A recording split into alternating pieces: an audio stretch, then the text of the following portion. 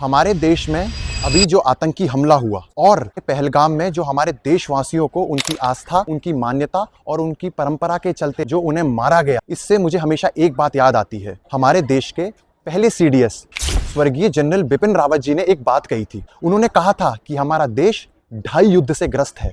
एक युद्ध हम पाकिस्तान से लड़ रहे हैं, एक युद्ध हम चीन से लड़ रहे हैं और आधा युद्ध हम अपने देश के अंदर लड़ रहे हैं। जो आधा युद्ध हम अपने देश के अंदर लड़ रहे हैं वो टुकड़े टुकड़े गैंग के रूप में मौजूद है। वे उन लोगों के रूप में मौजूद है जो लोग भारत की सफलता से चिढ़ते हैं और जब चंद्रयान 2 फेल हो जाता है तो वे मजाक बनाते हैं।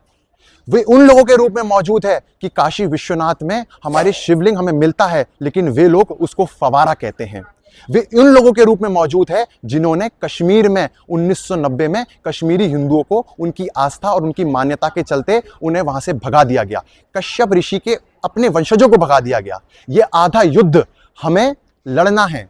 ये हमें सरकार पे और अपनी सेना पे निर्भर नहीं रहना है।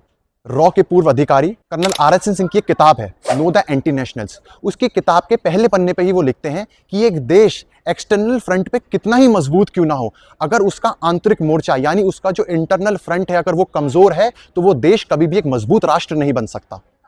अगर आंतरिक मोर्चा कमजोर है तो एक्सटर्नल फ्रंट कभी भी मजबूत नहीं हो सकता, क्योंकि एक्सटर्नल फ्रंट ही इंटरनल फ्रंट के ऊपर निर्भर रहता है, इसी पर ही वो पनपता है। इसका एक सबसे बड़ा उदाहरण USSR है।